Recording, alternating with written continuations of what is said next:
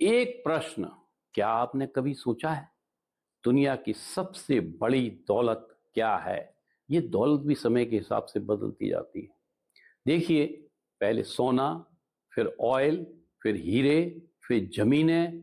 नहीं नहीं, इसके पहले भी बात कर रहा हूं, पहले डाटा की बात हुई थी, अब हम और इससे आगे की बात कर रहे हैं कि दुनिया की आने वाले समय में सबसे बड़ी दौलत है ह्यूमन ब्रेन, मानव बुद्धि, अनुभव और निर्णय लेने की क्षमता।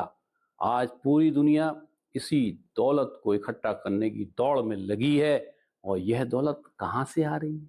हमसे, हम सब लोगों से। यही एआई का मॉडल है। आपसे, भारत के करोड़ों प्रोफेशनल से। हम रोज अपने अनुभव, अपनी भाषा, अपना ज्ञान, अपनी कार्यशैली और अपने निर्णय एआई को सिखा रहे हैं। सोचिए, जिस ज्ञान को अर्जित करने में हमें 30-40 वर्ष लगे और आज वही ज्ञान उसे एआई कुछ ही मिनटों में सीख रहा है, या हम कहें कि उसे वो सूख रहा है।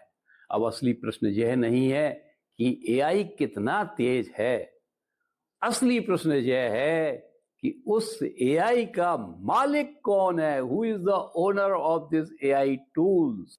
उसका डेटा कहां जा रहा है? उसका पेटेंट किसके पास रहेगा? उससे कमाई कौन करेगा?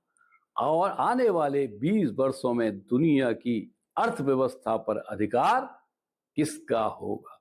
यदि भारत केवल एक कंज्यूमर बनकर रह गया तो हम अपनी ही बुद्धि का मूल किसी और की शर्तों पर चुकाएंगे।